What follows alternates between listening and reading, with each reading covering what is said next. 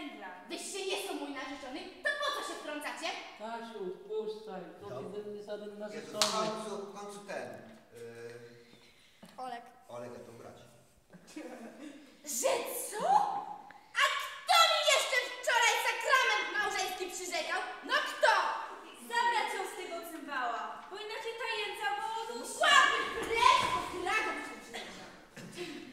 Dobrze. Tak, gdy tam pod ścianę możesz siedzieć, tak. On cię jakby? To jakby... A może zabrać?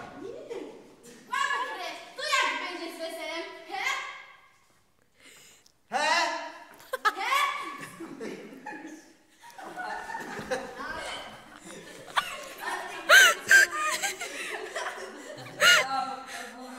Poczekaj trochę, daj mi odsapnąć, bo ledwo zimnie.